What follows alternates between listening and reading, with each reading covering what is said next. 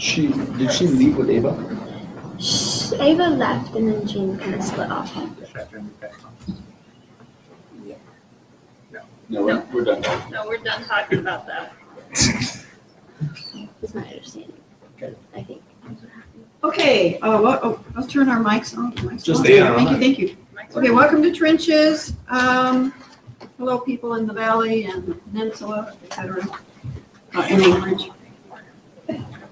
Okay, around the room, your name, that you're a realtor, and in a brief one sentence, why you are in the real estate business. We're going to start with Tiani. Okay. Tiani Bradner, LASCA title. I'm a title officer in business development. Why are you in the business? Why? Because where else can you go to have this much fun? And are you serious? I'm serious. All right, that's a good point. Yeah. What job can you have and have so much fun? Really? Billy Worthy. I'm a realtor. And I'm in the business because Kathy called me just over a year ago and said, hey, do you want a job? There you go. Here we go. Okay, I'm Kathy Fernandez, Jack White Real Estate. I'm in the real estate business because it's the only business that I'm aware of where I can be self-employed with the potential of making a whole lot of money. I'm Robin Hayes. I'm a realtor. I'm in the real estate business because I just love it. And I also have an obsession with everybody having a home. I think everybody should have I love that one.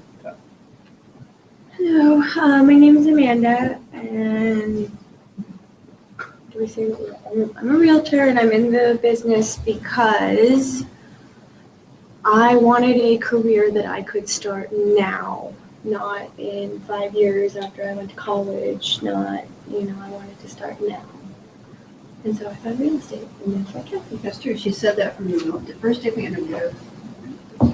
I'm Carl. I'm a realtor, and I'm in the business because I like meeting people and getting to know them. I certainly like helping people, and more I'm discovering that just every single type of person from every single walk of life is going to be on the other side of that phone, and that's becoming more and more interesting. That's becoming more and more fun. My name is Marian Hunt, and I am a realtor with Jack White, and I'm in real estate because I like a challenge, and I like the fact that it's up to me to use my resources and come up with a solution. I'm my own boss, and I just love the challenges that are out there. I like the idea of making money, but I haven't reached that point. I'm having fun. My name is Ellie Steffen. I'm a realtor, and I'm in the business because I grew up in it, and also because I enjoy the hour making and the no limit to how much you can make. Very good. Thank you, people. I'd like to tack on an addendum if I may. Oh, go for it. It's the safest independence that you can find in a job. What does that mean?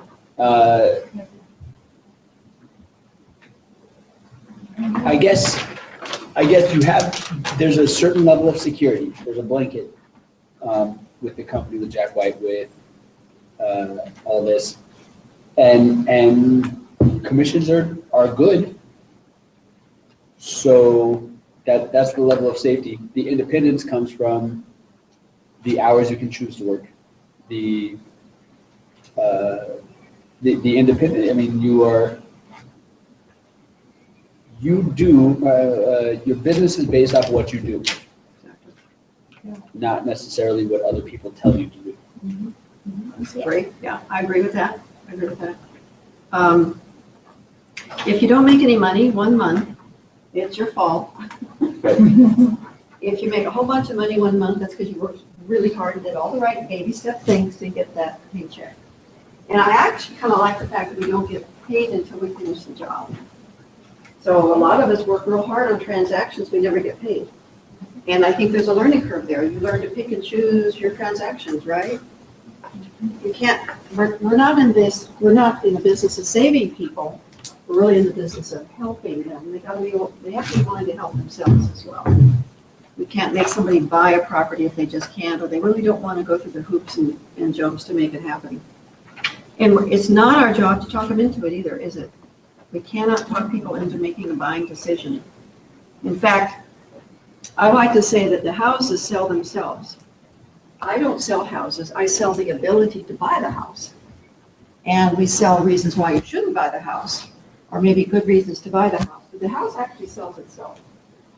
Anyway, so are there any, how about some success stories? I need two. Anybody? 2 success stories? Surely you have some for us.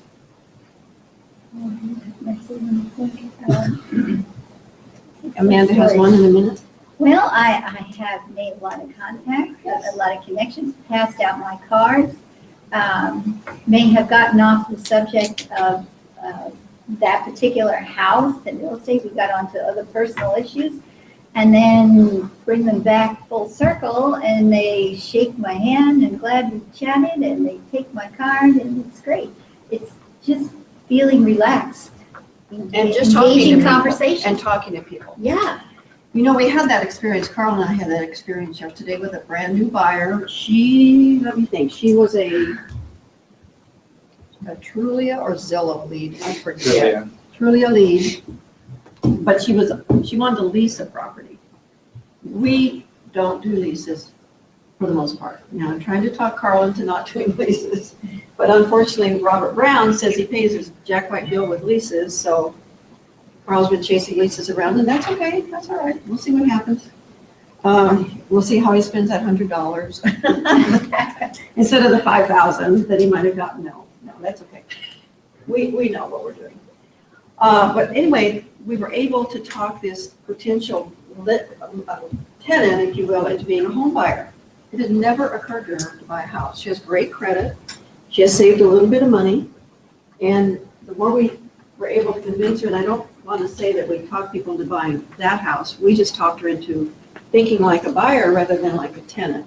She has a dog, she has a boyfriend that does woodworking, so he needs space, they don't need neighbors.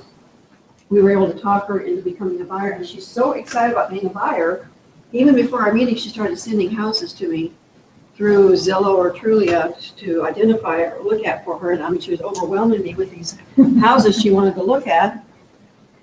But anyway, that was fun. We actually probably saved her thousands and thousands of dollars not being a tenant.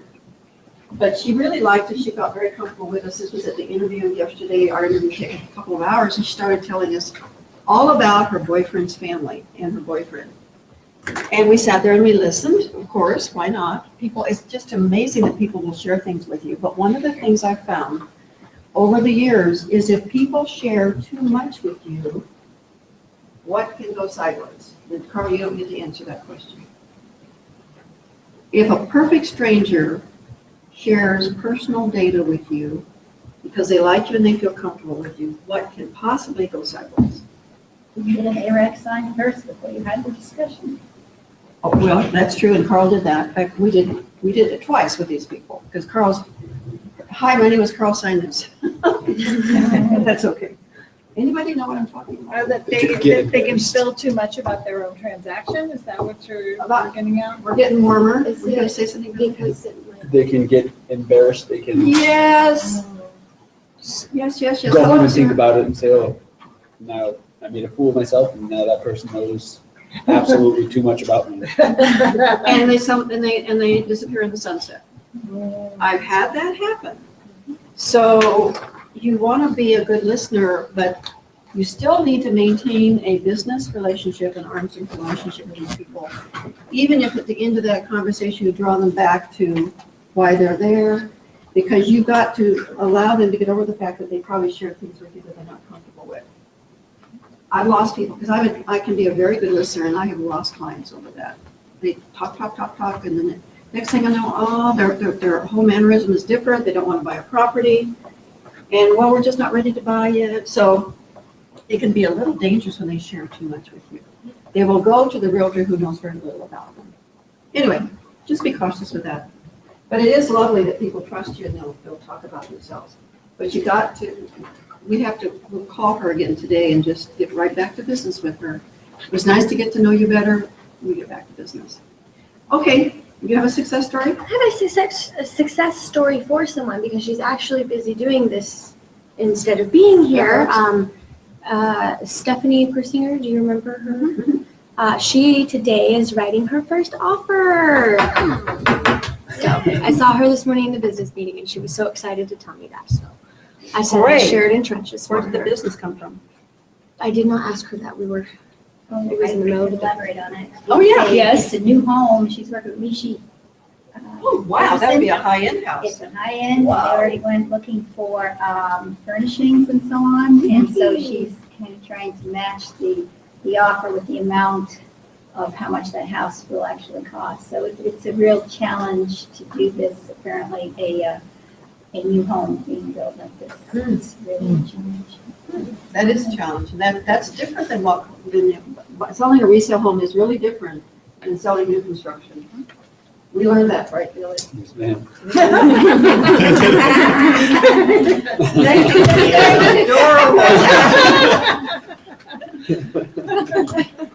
We won't go on that. We won't tell that story. How come we all have to learn everything the hard way? Really? My mother said, Kathy, you learn everything the hard way. You just listen to what I'm telling you, and you won't fall into those crevasses. But no, I had to try everything, learn everything the hard way. That's why I'm so smart today. Because I learned everything the hard way. That's why Billy will be a genius in this rate.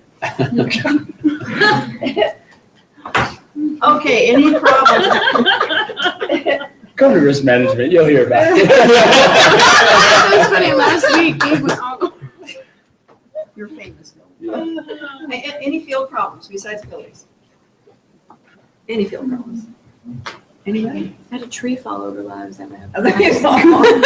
Wow. Amanda is the force of nature. And she's doing an open house, and she sends me a text. I don't know what to do. A tree just fell over the backyard, and I'm thinking, what am I supposed to do about this? Did it hit the house?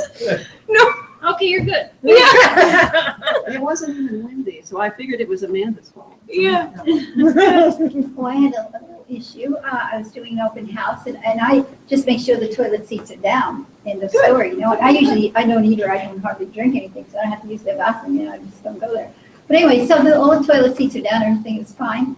And the person I'm doing the open house for, it just came by with candies and so on. And for some reason went to use the bathroom. And when they opened the lid, you hear this shriek. I don't know, someone used the bathroom and didn't flush and it wasn't, it was a mess, let's just put it that way. And then it was difficult to flush it to get, and it was, oh my goodness. I said, I never look under the seats, I just make sure they're all down. So the lesson is, look under the seats, flush the toilets. Yeah, so next day, I checked every toilet. I did everything, I know, everything's fine, you know. God, I never thought about the checklist of that nature for when you do an open house. That could have been embarrassing, you know, if somebody had come in, oh my God. And then what happens if they blame you for it? I know, and they think I did it, and I'm thinking, my God, I'm standing here starving, thirsty, and I. No, it's the owners. They're filthy. By their house. Okay, we've been waiting for 2 weeks to do this one. Robin found this one, and I love it, called 10 Things Require Zero Talent. And I'm also calling it, also known as Real Estate for Dummies. Wow. Why? Okay, 10 things require zero talent. Being on time. Obviously, this applies to life, real estate, anything in life, right? So being on time. So let's go around the room again and relate this to real estate and just, what does this mean to you? What comes to mind when we say being on time, starting with Robin? Being on time means that you respect other people and you respect their schedule. Dang, that's good, Robin. That is so good. Right, Amanda, what do you think? Until I match this one. Being on time shows that you really do care about the appointment or whatever it is that you're meeting them to do, even if it's just for ice cream. Or even you come 15 minutes late for ice cream, you're probably thinking, well, she clearly doesn't really care about me that much. It makes me think of transaction deadlines. Thank you, when Carl. things are done. Brilliant. Carl has developed, and I'm going to tell you this, but you don't get to have it. No, you can show it to you. Carl's developed a spreadsheet, I think we talked about this, where he and we are notified when deadlines are approaching for contracts. Yeah, thank you, Carl, I like that. Being on time is a problem. I have the same problem, sir, so I can relate. That's why we're talking about it. It's very important though. I mean, a lot of people takes it very personal when you're not in time. I mean, I just recently had an issue with someone where they really went off on me because like, you're not here now. I haven't eaten. I'm like, whoa, easy, easy. But it's very important, for some people, we can leave 5 minutes, 10 minutes, it's okay for most people, but for some people, the time is everything. So you need to respect that for others. Could make the other person feel like they forgot about me. They must have forgot about me and I was an afterthought, and then they realized they had to hurry up and get here for me. It didn't make me feel very important. If someone's late, yeah, okay. So you as the consumer, if you will, feel badly if people are late. Like I was not, I was an afterthought today. Listen to things to do. But that's what you're saying, people take it personally. Yeah, I have a great story about that. You're prepared if you're Oh, wow, that's so good. about 100% of the time that people are left and prepared, Not myself really, included. So, It's a struggle, isn't it? Yeah. Counting, I'll bet you're never late counting. I have my moments. It's a sign of professionalism. Yep, being on time is being professional. Especially in Alaska, in Anchorage, with such a military community. I have this kind of theory that you can gain a lot from being on time and you lose nothing from being on time. But you don't gain a darn thing from being late, and you can lose everything just from being late if it's the wrong, if you interact with the wrong person. If you meet, a former master guns that's like, okay, 15 minutes, where the heck is this person? You can lose trust. So being on time I've worked real hard at that, and the reason I struggle with that is because I try to do too much in the time I've got. Try to put a 10-pound bag in a 5-pound hole. And I'm an instant gratification type person. I take my phone calls, or I try very hard to take my calls. I have this team of people that keep bothering me. No, they're supposed to call me. That's my job. My job is to help them. So, I'm glad they call. But I do try to take the calls, and it can delay. So I have all kinds of tricks I try to play on myself. If I have to be someplace at 1, my calendar says leave at 12. And I've developed these things that work sometimes, and sometimes they don't work. But I have a good story about the very thing we're talking about. Years ago, when I was selling real estate in Houston, Texas, I got a phone call from an elderly lady who wanted me to come out to her house and give her a market analysis. I should have known better. That shows you what a neophyte I was. She was 2 hours away. But I was young and hungry, and I thought, wow, I'm going to go out there and get that listing 2 hours away. I drove, and so I didn't leave on time, didn't leave early enough. So when I finally get to this elderly lady's house, I'm 45 minutes late after a 2-hour drive. Knock on her door, and she said, you can't come in. I just drove 2 hours there. She says, you can't come in. I said, why? And she said, because you're late. You're late, and I don't want you to sell my house. I'll work with somebody who can be on time. There was nothing I could do. I said, I apologized to her, and I said, I understand. Is there any chance you would change your mind? Nope, you were late. I'm not that important to you. I said, all right, thank you very much. Got back in my car and drove 2 hours back, and I've never forgotten that. Never forgotten that. Anyway, so that is definitely a story about being late. Okay. Oh, and for me, being on time is, I think about open houses a lot. The thing I hate the worst is showing up at an open house at 1 o'clock and there's people standing in line to get in the house. I hate that. And like you say, Ellie, you're not prepared. And Amanda, I noticed this weekend, Amanda got you 2 open houses 30 minutes early, right? Did I? Yep. Oh, cool. Was that on purpose? I always leave my house early, but it's great that I even got the half hour. I usually shoot for 15 minutes early. Anyway, I was really impressed because of course I can tell through the Thinkalot block box that you're there, and I'm thinking, this is amazing. Because then when you're set up, you spread your paperwork out and you are ready for business. Your mindset is there, you've gone through the house, you turn the lights on, you think about the 1 or 2 things that you really like about the house, so you can discuss that with any buyer that walks through the door. So I think about being on time for open houses is, in my view, very critical. Work ethic, let's start with Robin. What does work ethic mean to you, Robin? I think a lot about, because I work in, I have 2 careers. I work in 2 completely different worlds. And, you know, in the public education system, you know, I go to work. I work from 8:30 to 4. I get paid this much per hour. I have 2 15-minute breaks and a half an hour lunch. I get a raise every year. And I do great at my job, I think. But the person who does not so great, they get the same thing. and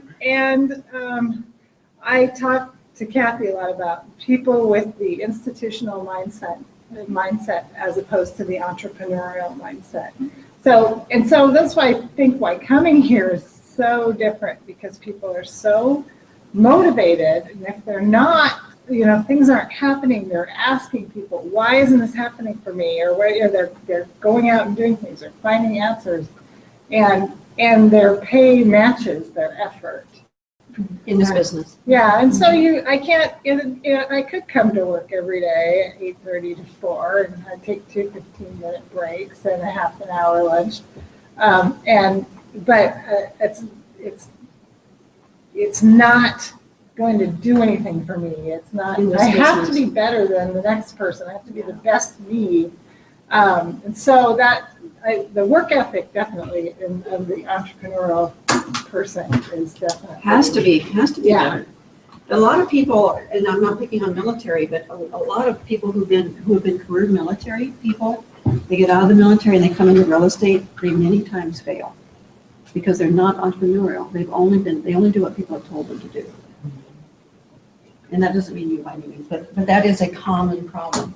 On the other hand, school teachers, I've said this before, school teachers who come from that part of the world and go into real estate are usually very good at real estate. And I've already said why, don't repeat that. Does anybody know why? School teachers are usually very good at real estate.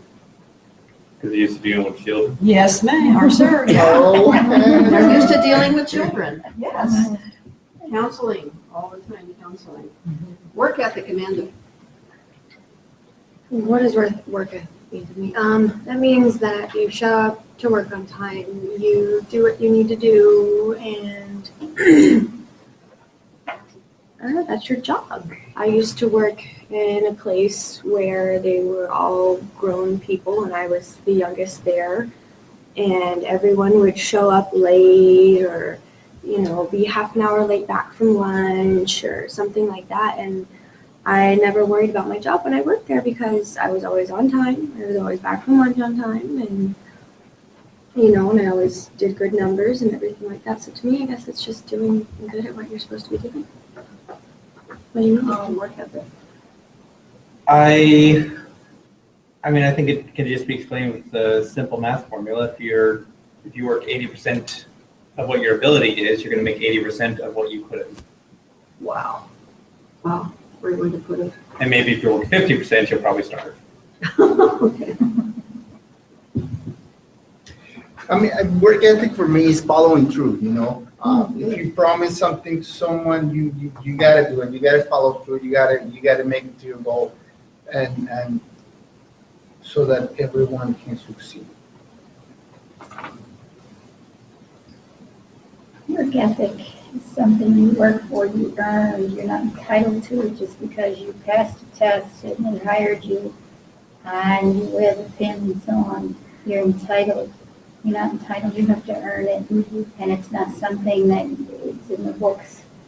You know, you work your hardest and you know what you can do and you do it to the best of your ability. When I think about work ethic, especially in real estate, I think about the AREC, your honesty, reasonable skill, and care. It's kind of an all-encompassing phrase. I think it encompasses everything that's on the sheet, whether it's your passion, your attitude, energy, and like Amanda said, doing what you're supposed to do, doing what you're there to do.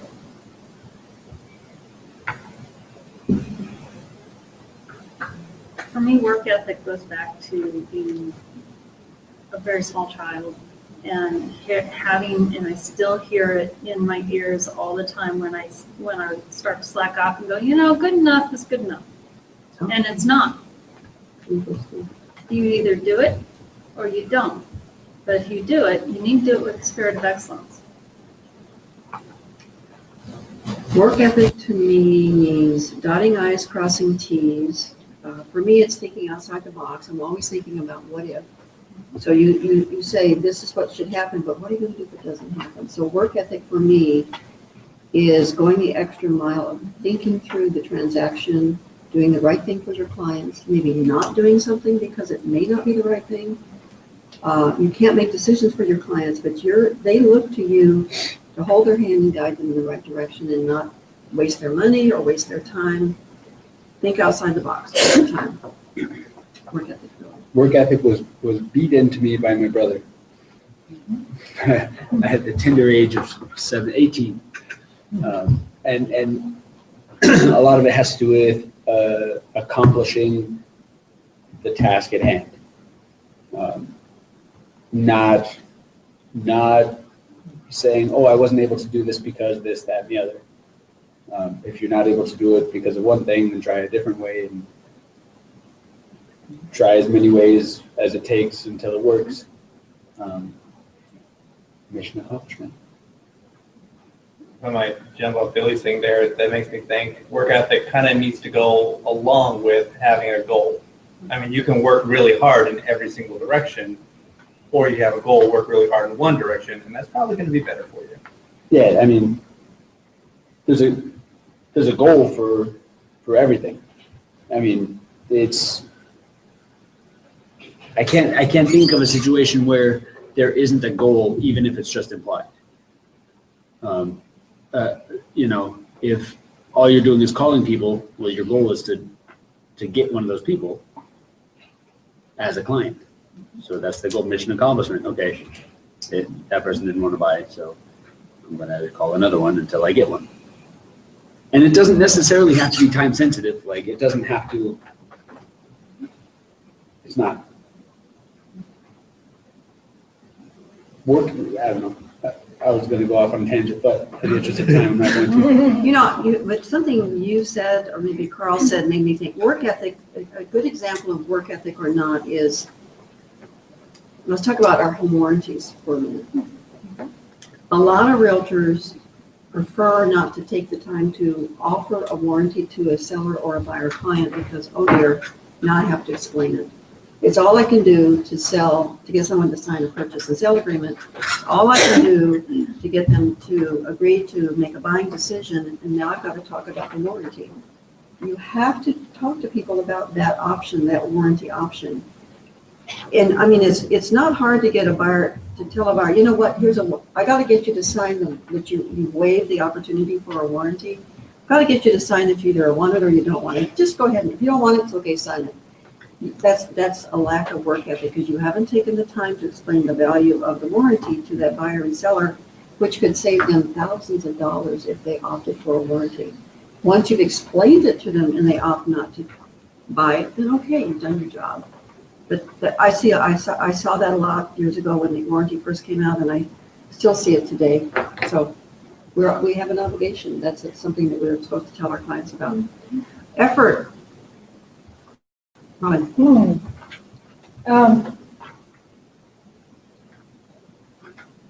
Really just, if you're going to do something, I'm here already,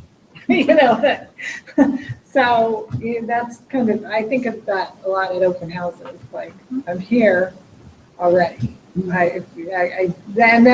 That's probably what got me into talking to everybody and getting them logged in am doing is that I'm here, I need to do this, I need to make an effort.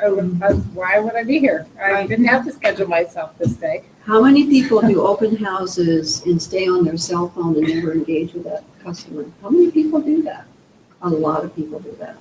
A lot of realtors just think if they're doing the open house and somebody's gonna beg them to write an offer on that house, that doesn't work. But it's the effort of engaging with them, asking the questions, getting them logged in. That's effort, and that's what pays off. Effort, I mean. Effort and the amount of gumption you put into something. You know, do you make a collage that just has a photo on it with some words, or did you make the collage that has all the photos and the timelines and the pretty decorations and everything? Above and beyond. Going the extra mile. Now that I talked about work ethic, it makes me think that I've got work ethic and effort maybe confused. Maybe it's supposed to be that work ethic is willingness to work and effort is how hard you work. So if I could use my last answer again. I think so. That would be I'm so confused, but please do. That's what I says. Well, They are synonymous. My feeling about effort, I feel like I just Thanks said that. Thanks for saving us, Tiana. Yeah. Yeah, I think effort means exactly the same thing, as to be prepared, to have something to show, I just went to an open house and and we arrived there and this guy was, he's like, well, you have a flyer. He didn't have a flyer. Well, you have any information about the house? Well, I don't have that. I don't have. Oh my gosh. I go like, well, you have a computer. Something you can show.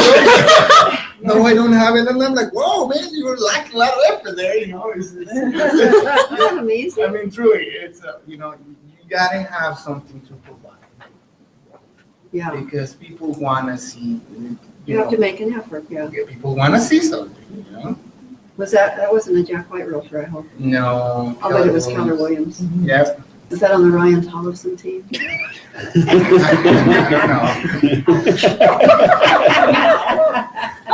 don't know. I was like, I'm green, but this guy just beat me every time. Whoever this sounds like they can use some fresh new talent. You sound like that person. That's a very, yeah, I know exactly what you're talking about. Okay. Effort.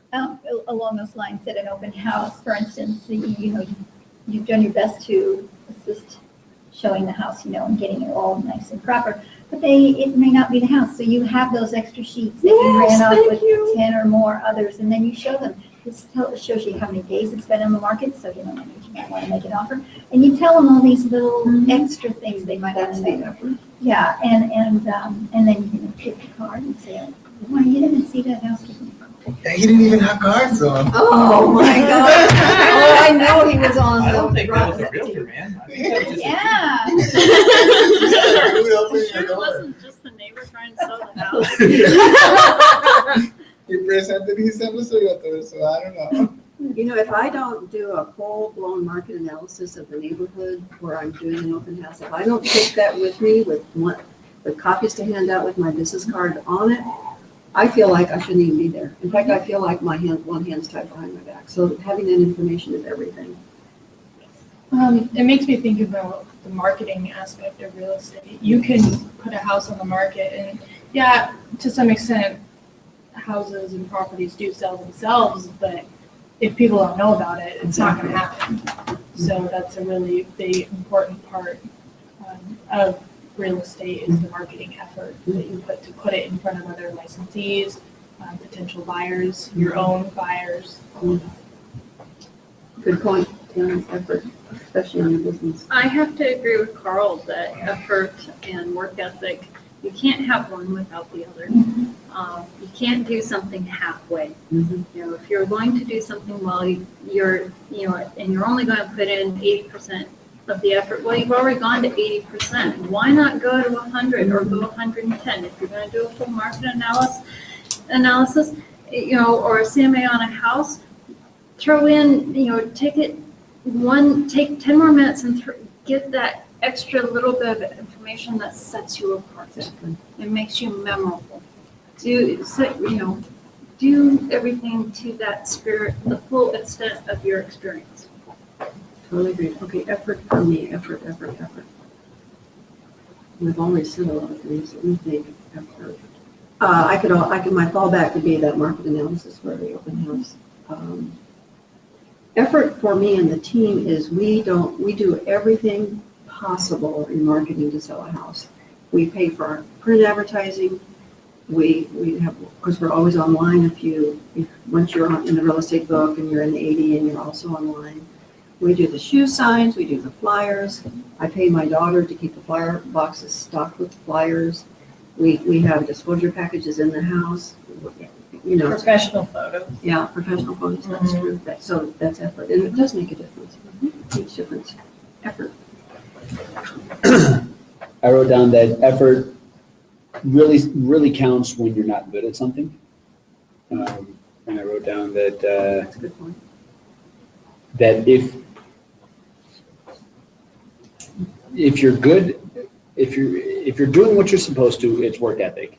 If you're good at what you're supposed to be doing and you still throw effort, then that's above and beyond. So I put if you pick up the phone and make cold calls, that's work ethic. If you improve your script with each call, that's effort. Beautiful. That's beautiful. Really, that's gorgeous. Body language. I'm a little confused on how we should go with that one, but maybe somebody will ferret it out for me. That one's easy. Well, I think if you're intimidated or if you're nervous about what you're doing, it's going to show in your body language. So your point is the body. Okay, don't let your body language show that you're nervous, or is that what you think? Yeah. Okay. And and I think we all have to think about. We have to make a conscious effort about what we want to project. And I want people to project. I want to project to people that I'm approachable, that I care about them. Not necessarily that I want to take care of them, but I care about them and I want to listen to them. And I think approachable is huge. Huge. Body language. What did I write down? That can be, what makes it or breaks it for some people. If you walk up to them and you've got confidence and you walk like you know what you're doing and everything else, and for all they know, who was it? My manager a long time ago, he said, they don't have to know you have no clue what you're doing. It's what you make it. Sell it, yeah. As long as you look like you know what you're doing, Sound like you know what you're talking about. sounds like you know what you're talking about. Don't fake it till you make it. Feel it till it's real. That's good. A lot of truth to that. Or what you got on body language was. I feel my particular issue in this field isn't being timid, it's being too excited and then talking too much and then talking over people, as I have been known to do. And so I think a happy middle ground here, you don't be timid, absolutely, but don't be overbearing. Noted. Okay. Body language for me is something I'm still trying to figure out. What does this mean? Because What does this mean? Look at you. What does this mean? sometimes this means that I'm concentrating. No. Or not approachable.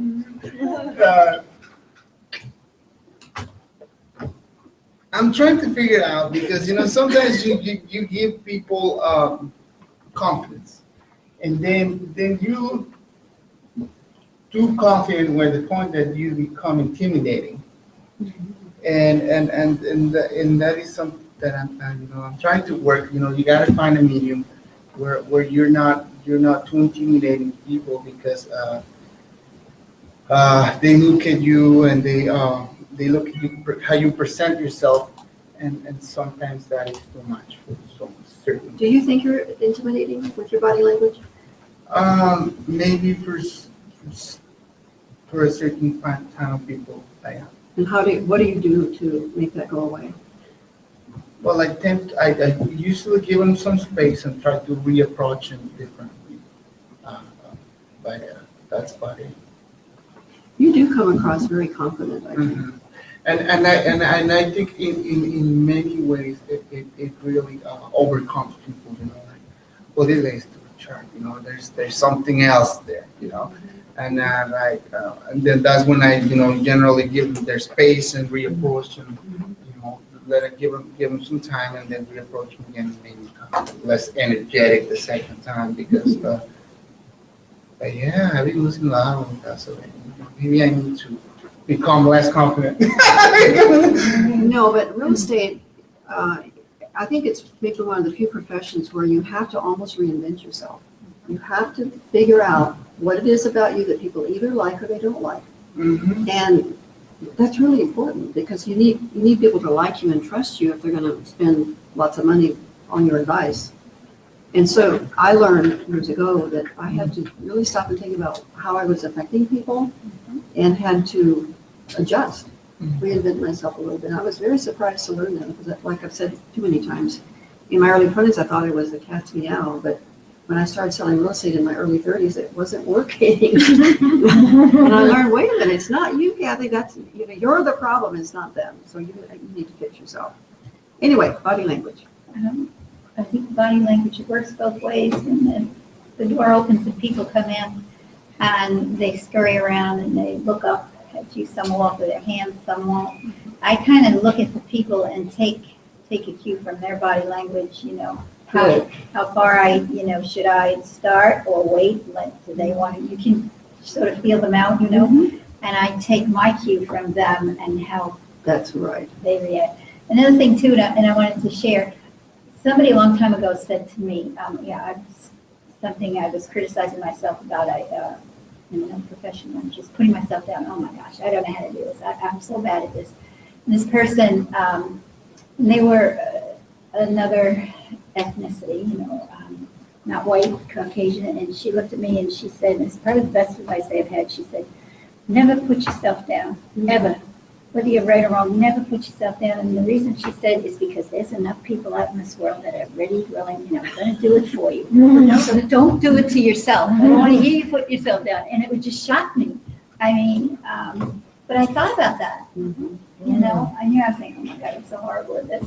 And she said, no, you don't say that about yourself because there's enough people in the world that are ready, willing, and able, and are going to say it about you. So don't do that. Good advice. I think about, again, like she said, adaptation to whoever you're around and your situation, but also habits. A lot of people have like their nervous tics, and that gets really distracting. In meetings, I know I'll fidget with my hands or whatever, and I get super nervous, and that it's something that I've had to really work on not doing, especially meeting with clients, because I get really nervous being younger. And not feeling like I know as much, especially around older clientele. It's a habit that I've had to really work on not doing as much. Ellie, for as young as you are, though, you are so composed. You seem very composed. You have the right answers. You've been in the business. So I don't think that, I can honestly say if I was a consumer and you were going to be my realtor, I would pay attention to everything you said because everything you say makes sense. And you're composed. Yeah. Well, there's an element of showmanship in what we do. That's the truth.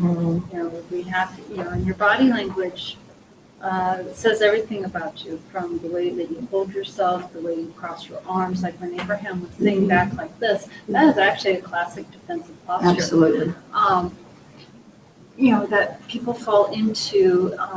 We have to adapt to the vibe that we pick up from our clients when they walk in the door, so that you feel approachable to them. But at the same time, we have to exude confidence.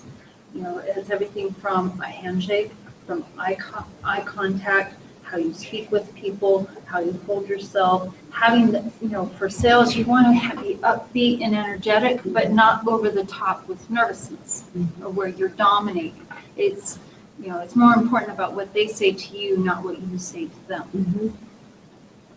Excellent. Body language for me, I had on my team a number of years ago a gentleman who was working with the team part-time, and he was about 6'3", and he was the friendliest, nicest guy possible.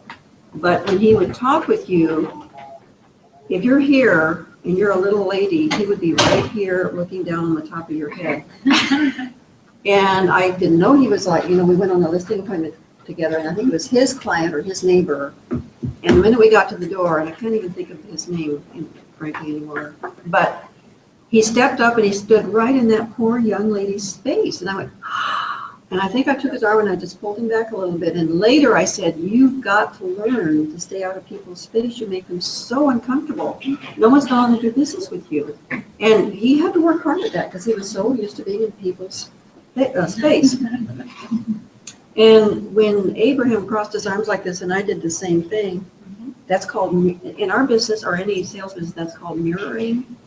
And if you are sitting at the table and your client is laid back like this and not do the arms, laid back, many times what we want to do to make that client feel comfortable is also lean back and just have this kind of a conversation with them. But if they're intense people and they come closer, Abraham come closer, lean over the table. I would move up like this and start talking to Abraham more like this. And this is called mirroring. And it makes people feel comfortable with you and it makes them think you're like them. And they feel that they can trust you. And they feel they have your attention. And that too, right. So when you're at an open house, don't stand up in the kitchen like this, for crying out loud. Who's gonna want to talk to you? Nobody. And I'm tall, so I've learned at open houses, especially if the people walking in the door are not tall people, sometimes I just lean on the counter. So I'm more at their eye level and start, by the way, thanks for coming to my open house. How'd you find me? And I try to get down to their level physically, and the eye contact is everything. And I was counseling Billy one day because Billy has a very square stance, which can be almost as bad as this. Right. It's like, don't talk to me, don't bother me. So I suggested to Billy that when he's at an open house, he just also leans on the counter a little bit, just cock his body a little bit so he's more approachable, because that squared off look to some people would be afraid to talk to him. Yes, and I have to work at not being intimidating. I have to be, when I'm talking with the team, I try to be intimidating, but when we're talking with a client, I feel like I'm a different person. I'm a chameleon. And I want to get that new client to laugh at me, or we'll be laughing with them. And so that is the salesmanship part of it. You have to find out what your client's hot buttons are and work those hot buttons in a very ethical way, of course. Anyway, so I have to work at not being intimidating, and I've had to do that all my life, to my surprise. Mostly, I just need to get better at reading body language, which I'm sure there's things that I can take with that. I'm good at. I like to figure out kind of who people are, but how they're feeling and things like that, I need to get better at. I was going to tell the story of you counseling me, but you got it. Okay, all right. Okay, we're running out of time. So anybody jump in on energy? Amanda, you jump in on energy because you have boundless energy. So Yes. talk to us about how you work your energy. I love energy, for one. You can do anything with it. You can make people smile. You can make people laugh. People can feel your energy. When somebody negative walks into my open house, I know almost immediately when they walk in, and that's not to say that I treat them like they're negative people just because of that. But, I'll make an extra effort to, try to make them laugh or crack a smile at least. And that, to me, is you can get your foot in the door that way. Having happy, positive energy, people can feel that and they gravitate towards it. Someone once said to me, my energy one day, it was like a happy sunshine ray, and they were drawn to it. I believe that. When I meet another very happy, friendly person, I'm more inclined to talk to them and all that kind of stuff. So energy is important to me. People can feel it. I think real estate takes a lot of energy. It takes energy. Years ago in the Houston office, I used to manage that office as well, and other realtors would say, how come, what's your secret to success in this business? And I say, it's not that I'm the smartest realtor, I just have a lot of energy. And and that's a mindset. Energy is a mind, starts up here. That's a good point.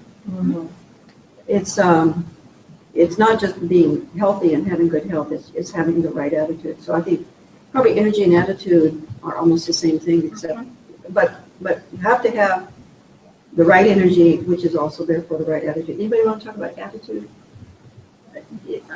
5, 6, and 7, energy, attitude, and passion, they all tie into each other because you need to have the right heart attitude with what you're doing. If you're feeling negative, and then that energy is going to radiate out and people are going to pick up on it. If you're feeling hesitant, people pick up on it. You can't be in this business and not have a passion for it because it's going to chew you up and spit you out. So you have to be passionate about what you do, which also ties into that positive attitude, which ties into, it takes a lot of energy. And people are attracted to positive energy. You know, if you make people feel good when they're around you, they're going to want to be around you more. Can I add a little bit in the energy Please, part? yeah. It does take a lot of energy, and what I notice, like in this business, I don't eat the way I used to eat. I eat whatever I can eat, and that's always a good thing to do, you know, if you eat too many sweets, then I'm tired. Why am I tired? I know why I'm tired. I ate all the wrong foods. Crash. So, you know, like now I'm eating nuts, healthy food, something I can have in a bag that's not a mess, you know, and I can't wait till I have my spaghetti or lasagna or something, but you have to. You have to fuel your body to have the Yeah, energy have you need, water. and also brain power too. Yeah. And I was gonna say that there's 10 things that don't take talent. Energy doesn't take talent, but it takes a lot of effort. You have to make sure that you get good sleep. You have to make sure that you're eating right and drinking water. Just an example to tie those 3 things together, 4, 5, 6, and 7. I had a conversation with another realtor that really kind of set me off, and I got so heated because it was really important to me that I'm doing the right thing for my clients and I'm not doing his work. So that because of my passion, it raised my energy level through the roof, no problem. But I had a really bad attitude. So even though they're tied together, it doesn't all necessarily mean if one's high, the rest are high. And, you know, Kathy was just like, Billy, you're not in the ring with this guy. Just relax. I said, oh, Come down off the ceiling. I need to focus on putting my energy in other places instead of letting it overcome me like that. I find that, especially during the school year, when I've been working all day at school, and I have to come here and do something, maybe meet a client or whatever, I'm pretty tired at the end of the day there. And that, my passion for the business will give me the attitude and energy to keep going. Wow. And work that other extra, 1, 2, 3 hours that I gotta work to get something done. Excellent. Anybody else on energy, attitude, passion? On attitude, I think something that I've learned through years in retail and then just in real estate and just watching other people, something that's really important is taking a couple seconds before you answer the phone, before you meet with the client, to put yourself in the right attitude, regardless of what just happened with another transaction, your own personal life, because whatever your attitude is at the beginning of the meeting or the call will set the tone for your whole relationship. I agree, totally, yeah. Well, I have one thing to on energy. I mean, you need to kind of identify what really requires your energy and what it doesn't. You know, you really need to focus on what makes sense, what you think is going to work, and tend to recognize what is not worth your time and what is not worth your energy. Because it's probably. Time is money, isn't it? Time is money. Branching off of what Ellie said, we used to have a guy that worked for us, and every single time he would pick up, hello, thank you for calling, blankety blank. And at one point, the managers got really tired of it, and they said, you know what, you have to smile from now on when you answer the phone. So if you're having trouble for some reason putting yourself in a good mood, just smile while you answer the phone. You'll naturally just sound really cheery. You know the science behind that? I think I've read it and I don't believe it. It's straight up. No, truly, there's a science behind it. When you smile, when answering the phone or speaking with somebody, it's the muscles that engage your facial features to smile also tightens your vocal cords, so you sound upbeat. So even though you can be mad as hell, answer the phone, smile, hi, thank you for calling Ellie Escatile. Practice that You still for a not whole week. believe it, Carl? What was your science that you said? I read a different thing that says you smile and your brain actually checks in with those muscles to see to check on your mood. Because we naturally smile, our brain checks in with our smile to see if we're happy or not. And then that affects the brain. So even if you're not feeling it, you smile and that kind of tricks your brain into going like, oh, I guess we're happy. That sounds fine. And then you feel a little happier. Do you think that if the dog's tail is wagging, that's a dog smile? Yeah. I think it is. Which has very little to do with real estate, but I just. And now, deep thoughts. I will tell you, teaching kindergarten as long as I did, if you really wanted to reach the kindergarten, you are down there, you better be good at squatching. You're down there right there, and you talk to them this way, this level. You're not talking to them like this. You get much better, and then you might even hold their hand, and they're just looking right at you, because now they just see you here. They don't have to do this. It works. Being coachable, okay, what is that? Who can speak to being coachable? Carl? Oh, Lord. I refuse to be. I already know everything, and I'm really good at this. No, so opposite day. It's not being offended if someone wants to offer you advice. It's not. It's being open to not only criticism but education. Don't go to classes because they're a requirement. Go to classes because it's fun to learn something new, and maybe you will, no matter how smart you are. That's my feel. I always learn something new. Really? Look at this.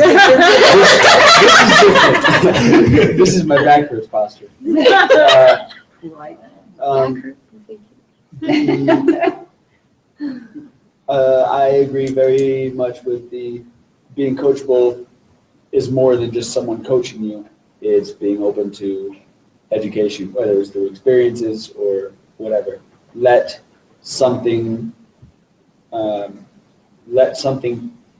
everything teach you something rather than just say, well, that sucked. I never I never lose. I either win or I learn. There you go. That's good. Well, and being open, it's being open. Sure. Is really, and I think that's why being with the team now and finding that we like it a little better when we hire people who don't know anything about the real estate business. Because they're a lot Good point, more yeah. open. We've always been better if we hired someone that maybe didn't even have. We don't know how to do the job badly yet. Well, it's That's all about being really open-minded, and sometimes it has to do with being coachable. Has to do with just one day do something that you never thought you would be. If you meet someone and they say, hey, you want to do this, even though you think, well, that's dumb or whatever, just go do it. Just go do it, and eventually, you'll realize, that you will learn something. There is something there, and that will help you be more coachable. Well, being coachable for me, and I've been in the business, as you all know, over 40 years, and I've managed an office, and I've been really a team leader almost from day one. I've always liked working with other people. But being coachable for me is having them sit down with Gabe and learning something that, wow, Gabe, I never thought about it that way. Yep, and that's what I'm going to do from now on. I'm not going to push back on something that he thinks is important, just because, it may be inconvenient to do it, but if he said to do it, there's probably a really good reason. And so being coachable still applies to me as well. And also being coachable is you learn a lot. I learn a lot from you guys. I mean, being coachable is I'm open-minded to what you all say, and it makes me better at what I do as well. As do our clients. Our clients make us better as well. So being coachable is being open-minded. Yeah. Doing extra, being prepared. Do we need to talk about that? We're out of time, but we have time for you. Well, I wanted to say something about being coachable really fast. For me, I enjoy learning a lot. Like, that's something that I've always enjoyed. I love going to classes. I'm really open to learning and people telling me how I can improve. The hard part is how I take it later. Whether my pride in being humble enough to be able to not beat myself up over it and actually turn it into a learning experience instead of just putting myself down every time I do it wrong. that is the hardest part for me about being coached and taking criticism. It's just how I treat myself about it, Well, that's to be able to put it into effect. So you internalize some of this stuff and kind of pulls you down a little bit. Yeah, we need to work on that.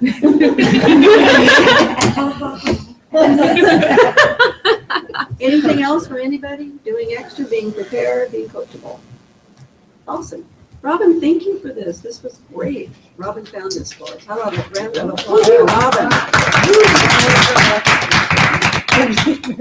We didn't even go to 15 points, but just very quickly, I can tell you that Kelly's team is winning, and I can tell you that Bill's team is losing. So you guys aren't turning in your points. It would help a lot if you get your points for that. Look at you, Abraham. Ellie, you can just fight right here. We could be top relievers by now. Yeah, lots of zeros here. I know you guys are working. I see you.